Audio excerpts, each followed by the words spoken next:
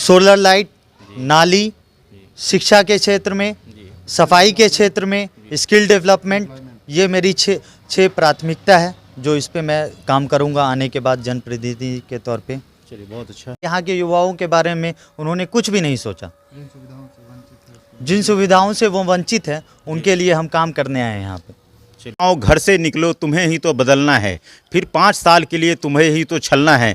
यूं ना जागे अगर तो खतरे में तुम्हारा लोकतंत्र होगा, आने वाला कल बहुत ही दुर्बल होगा, बहुत ही दुर्बल होगा। बहुत। वार्ड संख्या 6 चौसीमा का ही निवासी हूँ। करीम साहब, आप फरहान जी के समर्थक हैं, इनके साथ पंचायत नगर चुनाव में घूम रहे हैं जी। तो इनके जो मोटिव हैं तो उनको कैसे देखते हैं और आपको क्या लगता है, आप जो इनके सपोर्टर हैं इनके बारे में कुछ बताएं। जो भी समाज में लोग हैं जो अपने आप को जनप्रतिनिधि बनाना चाहते हैं, उसके अंदर एक काबिलियत होनी चाहिए, एक क्षमता होनी चाहिए, जिसमें सबसे पहला तो है कि वो शिक्षित हो, जो योजना को समझे और अपने ग्रामीणों तक उसको पहुंचाए, उसके लाभ। यहाँ से वो बाहर जाते हैं, मुंबई जाते हैं, दिल्ली जाते हैं और सब जगह जाते हैं वहाँ नौकरी करने। उनको हम यहीं पे स्किल के ज़रिए बताएंगे कि यहाँ इंडस्ट्री अगर लगे तो यहाँ वो कैसे जॉब कर सकते हैं, लोन लेके अपना शॉप कैसे कर सकते हैं, या कोई भी कारोबार प्लम्बर के क्षेत्र में हो या किसी भी क्षेत्र में उनका जिसमें मन लगता हो उसमें वो कैसे अपने को रोज़गार के तरफ अपने आकर्षित हो। जी। तो नशा मुक्त होगा, वातावरण अच्छा होगा, शिक्षा के तरफ भी होंगे। अगर शिक्षा उनको पसंद नहीं है तो वो काम के लिए अपना देखेंगे, उनको लोन हर तरफ से दिलाने की कोशिश करेंगे। जागरूक करना है जितनी भी महिलाएं कि वो शिक्षा की ओर ज़्यादा जाएं। नौकरी उनके लिए इंतज़ार कर रही है कि वो शिक्षा प्राप्त की, उसके बाद 35% आरक्षण से वो लाभ लें। और आज भी देखिए कि हर जगह महिलाएं आर्मी में हैं, मतलब सिविल सर्विसेज में हैं, हर जगह वो टॉप कर रही हैं। तो महिलाएं को और उत्साहित करेंगे कि वो शिक्षा की ओर जाएं, उनके लिए योजना लाएंगे, जो भी योजना आती है उनको घर घर तक पहुंचाना है हमें। गांधी के सपनों के भारत में हमारी यात्रा पहुंची है नगर पंचायत मुसरी घराड़ी, वार्ड संख्या 6 चौसीमा में मौजूद हैं हम लोग। और यहाँ से उम्मीदवार दिया है वार्ड संख्या 6 से फरहान जी ने। फरहान जी की बात करें तो ये बीटेक कंप्लीट किए हैं, इंजीनियर हैं, सिविल इंजीनियर हैं और पढ़ाई लिखाई के क्षेत्र में इन्होंने अहम योगदान दिया है। इनका मानना है कि समाज सेवा सबसे बड़ा धर्म है और इसके साथ मैं निरंतर आगे बढ़ रहा हूँ। फरहान जी की से बात करते हैं। फरहान जी, आपका कार्यक्रम में स्वागत है। शुक्रिया। फरहान भाई, आप मुझे ये बताएं कि आपने बीटेक किया है, नौकरी के कई सारे अवसर थे, व्यवसाय के कई सारे अवसर थे, तो इन सब चीज़ों से हटकर फिर चुनाव लड़ने का क्यों सोचा आपने? नहीं, जब हम गांव में पढ़ते थे, यहाँ शिक्षा प्राप्त कर रहे थे, तो कुछ चीज़ों को हमने यहाँ देखा। फिर यहाँ से शहर गया तो वहाँ हमने शिक्षा प्राप्त की, तो वहाँ के गांव में हमने देखा कि हर योजना वहाँ घर घर तक पहुँच रही थी।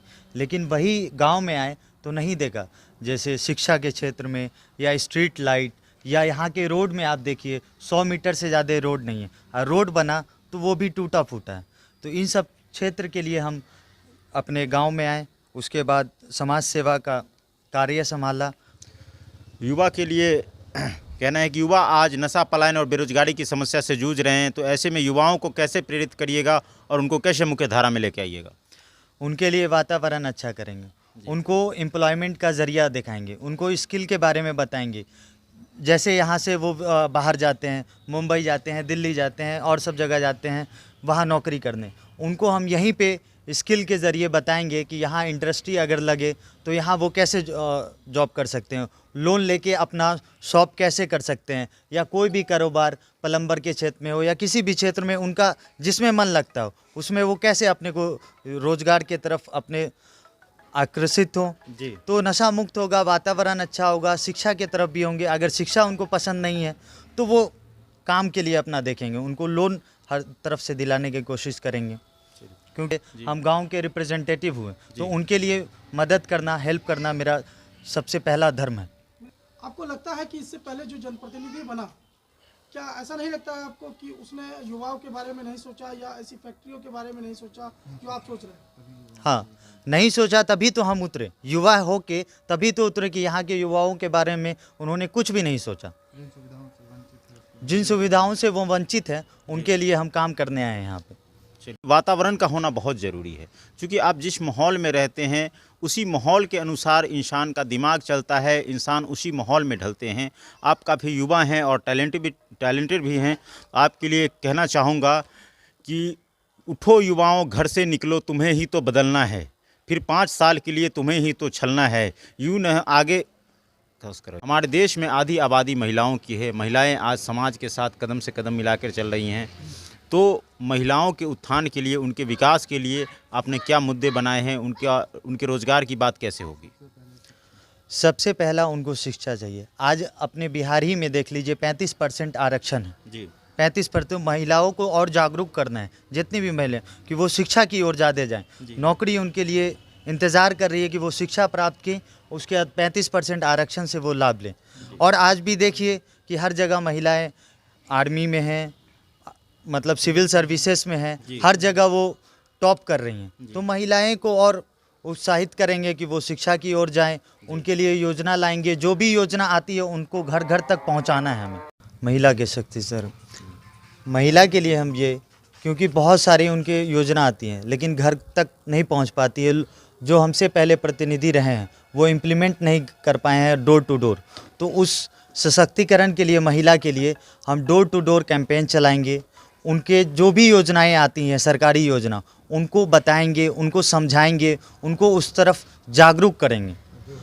जो हो सके, स्किल क्षेत्र में हो या उद्योग क्षेत्र में हो, या लोन दिलाना हो, या वृद्धा पेंशन हो, या विधवा पेंशन हो, जिस भी तरह की योजनाएं हो उनको घर घर तक पहुंचाएंगे, उनको बताएंगे।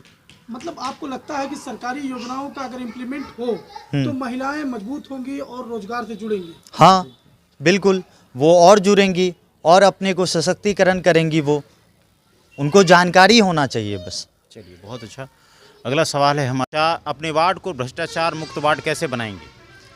सबसे पहले खुद ही भ्रष्टाचार पे मैं बताना चाहता हूँ कि भ्रष्टाचार मुक्त कैसे वार्ड बने। जब हम चुन के आएंगे जनप्रतिनिधि के तौर पे, तो जो भी योजनाएं आएंगी वो समाज में एक समूह बना के बैठ के बात विचार करके उसको इम्प्लीमेंट करेंगे अपने गांव में, और लोगों से बात विचार करके उसको इम्प्लीमेंट करेंगे। ना घूस लूँगा ना घूस दूंगा।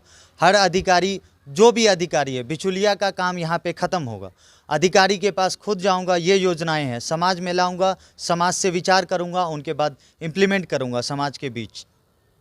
चलिए, बहुत अच्छा। जो जनता के लिए, उनके कामों के लिए, उनके दुख में, उनके सुख में हमेशा खड़े रहते हैं और इस लोकतंत्र में आस्था रखते हैं, और इन्होंने वार्ड संख्या 6 से उम्मीदवारी दिया है और इनका मानना है कि गांधी के सपने को मैं आगे बढ़ाऊंगा। और जो गांधी जी की योजना थी, जो गांधी जी का कहना था कि वार्डों में आम सभाएं हो, वार्डों में वार्ड सभाएं हो, और वार्डों में, पंचायतों में चुनाव हो, जो सही लाभुक हैं उन तक सरकार की योजनाएं पहुंच सके, इनके लिए फरहान साहब अग्रसर हैं। धन्यवाद।